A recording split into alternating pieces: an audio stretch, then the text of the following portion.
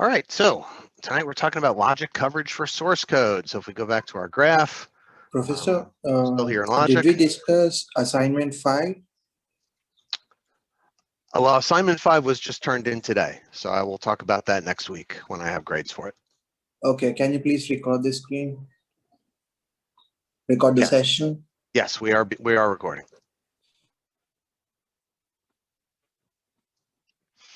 All right, so we're in logic here, still in the logic section, and now we're looking at logic as we apply it to source code. So we've looked at this graph before and talked about these points. When we're looking at logic expressions from the perspective of source code, we're deriving those from various decision statements, be they if statements or while loops, for loops, case statements, wherever we're getting them from, that's where we're deriving our predicates. And in actual programs, most predicates, the vast majority of them have fewer than 4 clauses. In fact, a large majority of them have only a single clause. When we have a single clause, our testing is pretty simple because all of the other criteria that we've talked about last week simply collapse to predicate coverage. If we've only got a single clause, the best we can do is show that the predicate is true and show that the predicate is false. And it's only as we add additional clauses that we can get into the more, that we can really make use of, let me put it that way, the more complex coverage criteria that we talked about in the last 2 weeks. So in practice, what we're going to be doing when we're applying logic criteria to source, we're going to find that there are difficulties in applying it to source that don't really show up when we're doing what we've been doing the last 2 weeks, just looking at standalone individual predicates, right, kind of taken out of context on their own and figuring out K-maps or figuring out truth tables. Because when we're looking at predicates in source, we have 2 additional problems, and those are the problems of reachability and controllability. And reachability is the problem or the challenge of being able to actually get to that point in the source code. So if I have a predicate that I want to test, obviously I have to be able to direct the execution of the code in such a way that it actually gets to that source code and will execute it. And then I also have a controllability problem. The controllability problem is, how do I control what the values are of all those clauses in the predicate? And sometimes it's easy. You know, they may all just be they only just be passed in as arguments, so that's quite easy. But they may be based on internal state, so I may have to figure out ways to adjust internal state. It can sometimes be quite a challenge to figure out how to control the values in that predicate to get them to be the values that we want in order to satisfy our criterion. All right, so we're going to take a look at an example here. And you might want to go ahead and pull this up because I think that you will be able to follow along better if you're actually looking at the source code, because I can't show the entire source code and all the contributing things and show the predicate analysis at the same time. So I'll pause for just a second here and give you a chance to maybe open some of these up from the book's website.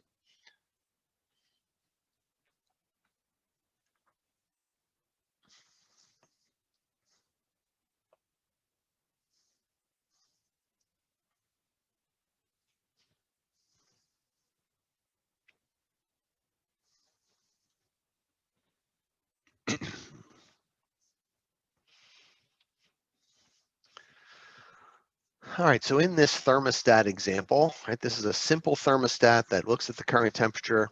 It's a programmable thermostat, so it knows what day it is, it knows what time of day it is, and it's going to be turning a heater on or turning a heater off as needed in order to control the temperature in the room that we're in. So we're going to be looking at this particular predicate here, which is a kind of complicated one. So if curtemp is less than dtemp minus threshold, etc. Right, a lot of code going on here. So the first thing we're going to do is we're going to take this expression and we're going to simplify it so that it looks like something that we're accustomed to dealing with. So we're going to take out this first clause, which is a logical statement, right? Is curtemp less than dtemp minus threshold diff, and we're going to rename that A. We're going to take out this second clause, override. That's a simple one, right? Just a Boolean variable. We're going to rename that B. Then we've got this next comparison. We're going to name that C. And we've got our last comparison. We're going to name that D. So our simplified expression now looks like P equals A or parens B and C, close parens, and D, or if you like D and F from last week. Most people don't seem to prefer D and F, but if you happen to like D and F, it's AD or BCD. And you'll note that D, for the proper expression, D ends up being replicated on both sides of the OR. But those two are equivalent. So given this, we need to ask ourselves, all right, how do I manage my controllability problem? If I work through, right, we understand from last week or from 2 weeks ago, we could put together a truth table on this. We could understand when A determines the predicate, when B determines the predicate. We could get our pairs together for GAC or CAC or RAC or whatever criteria we decided to use. But no matter what one we're deciding to use, we've got a controllability problem that we have to solve. How am I going to get those values into that predicate? So let's look at A. A is cur temp is less than D temp minus threshold diff. So somehow I'm going to need to be able to set all three of those variables to numbers or values that I desire in order to force A to be true or false as I see fit. Well, if we look at the code, we can start to understand where these things come from. And because, again, I can't show the whole code here, that's why I suggested you might want to open it.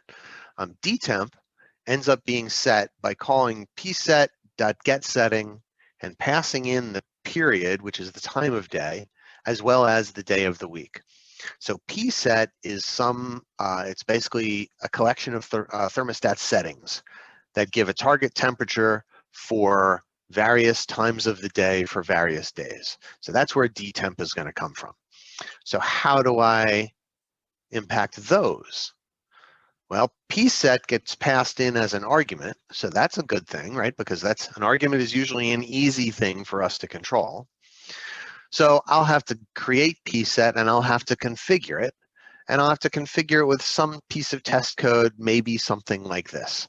I'll have to create an object of whatever type pset is. I'll have to call setSetting and give it a period, in this case the morning, give it a day of week, in this case a weekday, and give it a target temperature, 70 degrees. This example happens to be in Fahrenheit. If you're a Celsius person, I don't like it quite that warm.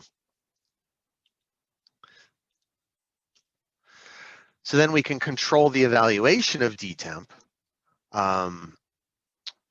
with test code like this, right? So we can set a period to set it to the morning, and we can set a day to set it to a weekday. So we've kind of had to go through a fairly roundabout way of getting these values set up.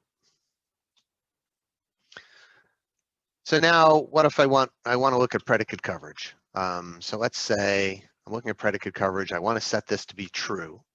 For predicate coverage, I'm going to need to set the predicate to be true, and I'm going to need to set it to be false. So let's look at analyzing this and coming up with some values that will let us set the predicate to true. So there's a lot of ways I can force the predicate to be true, right? Because we've got ands, we've got ors, but hey, here's an easy way. If I just set everything to be true, then the predicate will certainly be true. That's not my only choice, but it's a simplistic one, so that's just the one we'll pick to start off with. So what do I need here? If I go back and look at my definitions of A, B, C, and D, I need cur temp to be less than dtemp minus threshold diff. I need override to be true. I need cur temp to be less than overtemp minus threshold diff. And I need my time since the last run to be greater than min lag, whatever those are. So how do I accomplish those things? Well, if I want to set A to be true, I could use a piece of code like this. So this is a chunk of code taken out of a hypothetical JUnit test. So I'm going to set my current temp, and I've kind of arbitrarily chosen 62 to set my current temperature, 62 degrees. Then I'm going to set my settings so that right now, so this is my settings. So I want it to be during the morning on a weekday, I want it to be 70 degrees. That's my thermometer programming setup, basically. Then I'm going to tell the thermometer, well, right now it's morning, and right now it's a weekday.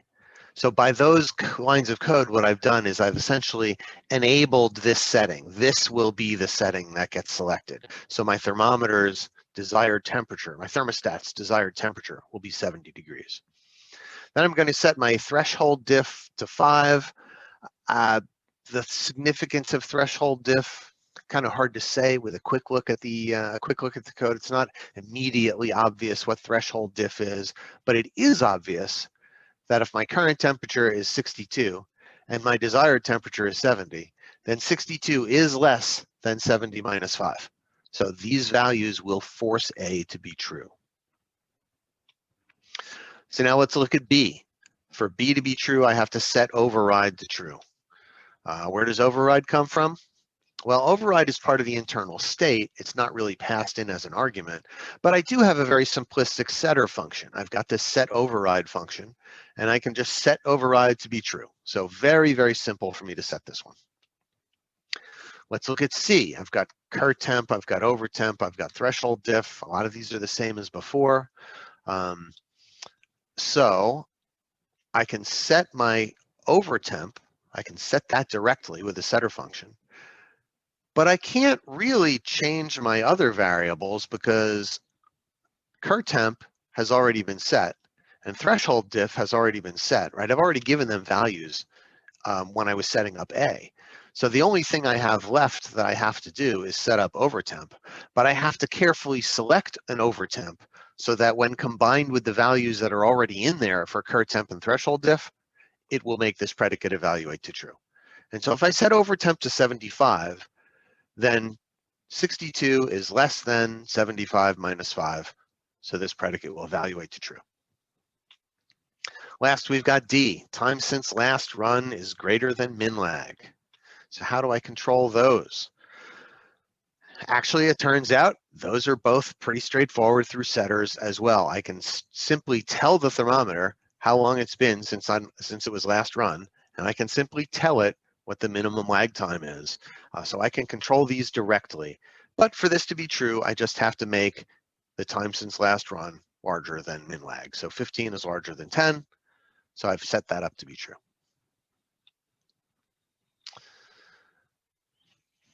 All right, so that is the kind of approach, obviously the details for setting this piece of code, right, for setting up this thermostat, the details of what we've done here would be very different from the details of any other particular piece of code. But this is basically the approach. I'm analyzing the predicates. I'm simplifying the predicates so that they're easier to work with. But then I have to look back again at the more, at the full code-based form of each of these terms, each of these clauses, to understand what they mean. And then I have to start looking around in the code to figure out how I can get them to be the values that I want them to be. So if we wanted to look at correlated active clause coverage for this predicate, let's take a look at that. So if we want to look at A first, we want to calculate when A determines P. So we can take the XOR approach, or we can take the truth table approach and visually analyze it. I'll do the XOR here. So we know that that's A determines P when P with A equals true is XORed with P when A equals false. So I've got true or B and C. Yeah, okay, I'm not going to read all that. But I can simplify that. I have true or something and D. So that's going to be true ND. On the other side of the XOR, I've got false or something ND. So that's going to be the something ND. I can simplify that further. True ND is D. Can't really simplify the other side too much further. Now I can work through either using the cheat sheet in the book, which is handy for doing XORs of complicated things, or I can work through a truth table, or I can expand it as we talked about I can't remember now whether it was an example from 2 weeks ago in class or whether it was a Piazza discussion, right? D XOR B and C and D is D and not B and C and D, or not D and B and C and D. So I have a number of different ways that I can approach working out this XOR. But I'll come out to this, which I can then simplify a little further, not B or not C and D. And I think that's as far as I can really go with that. And then I can repeat that for the other clauses. So if I look at if I look at A, how can I satisfy A? So A determines P when B is false or C is false and D is true. So I have two choices here that I can use to satisfy, right? Two choices where the values will make A determine the predicate. So I have to have A as true and the predicate as true. I have to have A as true and I have to have A as false. And I have to have D as true. But I can choose either one, and these are not right because one of these is backwards. We have to have not B or not C. Well, no, these are wrong. These are correct. It's one of the choices that I can make. It's not the only choice. So I can have a true false in here, or I can have a false true in here, or I can vary them either way. I have a couple of different choices, right? Because there's different values that I can use for a B. So, you know, what I'm going to say here is that this looks like it'll make a feasible set of tests. In fact, what I've actually done while working this out is that I worked it out a couple different ways to try to find the test cases that give me best reuse. If I want to look at when B determines the predicate, these are my two choices, right? I change B has to be true and B false. That will change the value of the predicate. Everything else is held the same. And in this case, A has to be false and D has to be true. So there aren't really multiple choices here. There's nothing I could change about where B determines the predicate. It must be these values. Likewise for C, it must be these values. When I get to D, I have choices again. I can set A or B or C to various combinations that will satisfy A and B or C. A or B and C, yeah, okay. And so in this case, I could have said A is true, or I could have said A is false and B and C are true, right? I have various choices. There are various rows in the table that I could have selected to satisfy this. But in this case, I'm going to pick some of these because it lets us reuse a previous test case, right? So by picking false, true, true, true for my value for D, I'm reusing a test case that already shows up in two other places.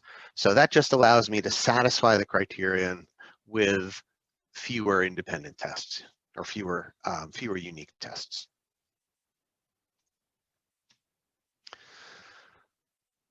All right, so what do I end up wanting to pick here for my test case? So true, true, false, true. I'm going to need that. False, true, I'm going to need that, and that knocks out another one, right? I've already covered that one for where C determines the predicate, so I don't have to have it twice. False, true, true, true, and that knocks out two others. False, false, true, true, false, true, true, false. So I can satisfy correlated active clause coverage with these 5 tests. All right, so now I'm going to build up this table. And basically what I'm looking at here is, what do I need to do to set A, B, C, and D true and false? So if I look at A, what do I have to do to set A true and to set A false? And let's start building up some values, some specific values that'll get fit into the software that will allow me to force A to be true and false. So if I look at A and I want to set A to true or false, so I have to set current temp. Okay, so I can set current temp to 62, which will be lower than dtemp minus threshold, or I can set it to 68, which will be higher than dtemp or threshold. So 62 will force A to be true, 68 will force A to be false. right? And I can choose 70 for detemp. I can choose 5 for threshold diff. Now in this case, I've chosen to change cur temp. I could have chosen to change any of these other ones as well. To me, it intuitively seemed like, given this thermostat application, what's the most likely thing to change in the life of a thermostat? Well, the most likely thing to change is what it measures the current temperature as. So that was the variable that kind of stuck out to me to say, well, this is the one that I should change. But it didn't have to be that way. I could have left current temperature constant and I could have changed detemp, or I could have changed threshold diff. I would just need to work out values in such a way that I could force it to be true or false. And if I wanted to, I could have changed them all. But changing them all makes it harder to reuse those values in later tests. So now let's take a look at, okay, sorry, we're actually going to look at the test implementation for this first. So if I want to set A is true, I look at my row here, this first row. For A to be true, I want my current temp to be 62, my detemp to be 70, my threshold diff to be 5.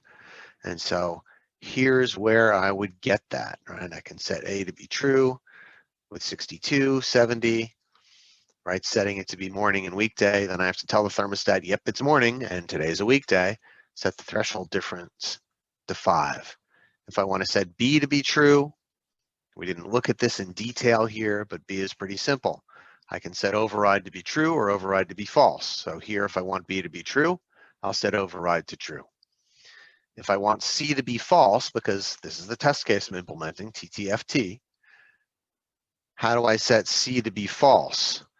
Well, I can make up numbers, or given that I've already made up these numbers, and right now I've already set 62 and 70 and 5, then if I set my over temp to 72, or to 67 rather, that will force C to be false, which is what I want. So here we go, I'll set C to 67.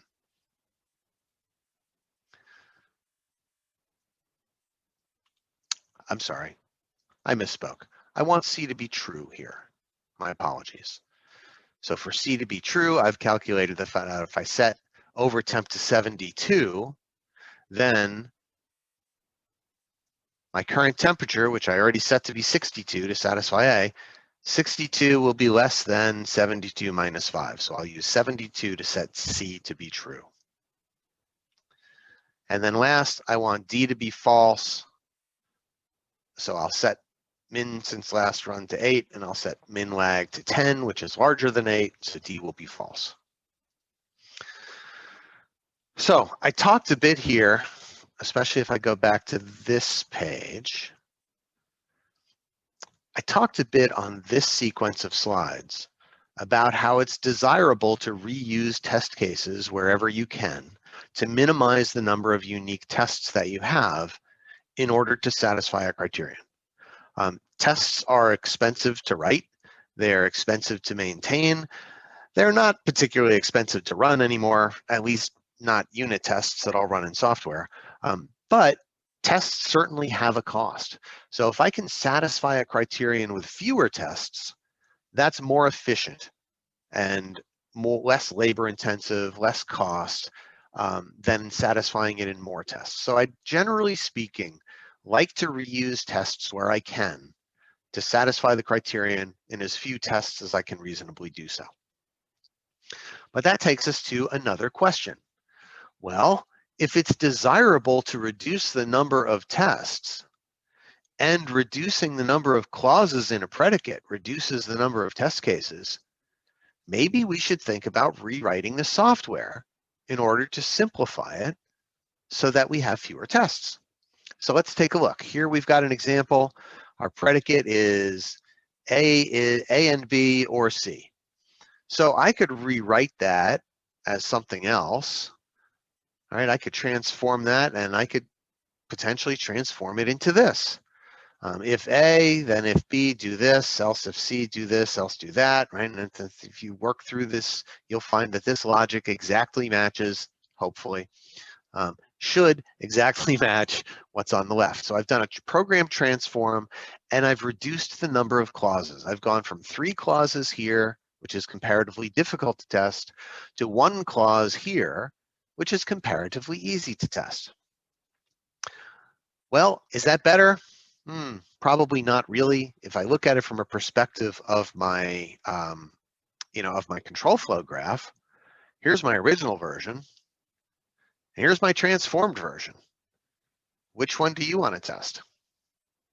I feel like I'd much rather test the first one. So we traded 1 problem for 2 problems, right? Now our maintenance is even more difficult than expected and expensive. And the coverage actually requires more tests, because I could do correlated active clause coverage on the first version in 4 tests, but I need 5 tests to do predicate coverage on the second one, or to do statement coverage, or to do branch coverage. So in trying to make things better, I actually made things worse. Well, maybe we can transform things in a different way. So let's go back to our original A and B or C. What if I transform it like this? And I'll move those things, and I'll take those predicates and I'll move them into calculations. And I'll say D is equal to A and B, and E is equal to D or C. And then I'll just test for E. That seems like it's got potential. It's going to be easy. Well, maybe it's too easy, because now I reduced my necessary coverage for correlated active clause coverage anyway, from 4 tests, and I reduced it to just 2 tests. And the tests check whether the predicate is true or false.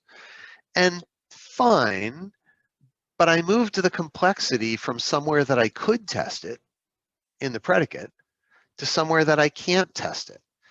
And now I really don't know whether these are the right operations, and I don't have a good way to find out, because statement coverage will do this in 2 tests, and branch coverage will do it in 2 tests, and predicate coverage will do it in 2 tests. And because the code is so simple, there are no more different criterion that we can provide. All I can do is 2 tests. But this is perhaps more complicated than I think I could really fully handle in 2 tests, right? Testing this to be true and this to be false leaves a whole lot of logic combinations untested. So if I were doing input domain testing, I might consider A, B, and C to be different things, and input domain testing might give me an input domain model that causes me to have more test cases, but code or logic coverage testing won't. So really what I've done is I've transformed my program into something that's harder to find defects in. So yeah, I made the testing easier, but by making the testing easier, I made it more likely that I'm actually going to find defects later, right? Defects are going to slip through testing.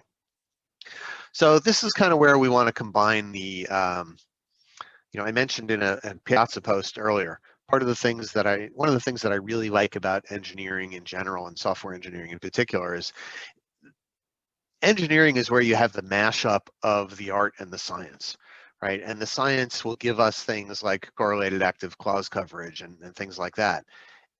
But the art is in understanding what's the right thing to do and what's the right balance, and how much test effort does this particular problem really deserve? How much time should I spend on it? How important is it that it work correctly? How catastrophic is it if it doesn't work? And so that's where you're kind of bringing your engineering expertise and applying the art side to decide exactly which branch of the science you want to use and how you want to use it appropriately. So generally speaking, transformations of your program for the purpose of testing is usually a bad thing. So the logic coverage exists, as does branch coverage or edge pair coverage or any of the other things we've talked about. Those coverage criteria exist to help us create better software, to help us thoroughly test our software, to help us reduce the risk inherent in our software. So if we're artificially kind of working our way around that, that's really not a good behavior, right? That's not a good thing to be doing, because we're kind of purposely we're purposely scuttling that, you know, to say, well, yeah, my boss is making me do this really hard thing, but you know, I don't want to do it, so I'm just going to cheat, basically. Now, that's not to say that code should be as complicated as possible, because code should always be as simple as possible. You know, there's a good quote, and I'm not sure who it is. It's probably Dijkstra or somebody famous like that in, you know, early computer science, that code should be as simple as possible and no simpler. And again, the art is knowing, you know, how simple that is. But if you can simplify the logic itself, that's always desirable. Whereas kind of artificially working around the complexity, that's usually undesirable. And yes, those are gray areas. All right, that actually takes us to the end of our lecture tonight. I promised you a short one.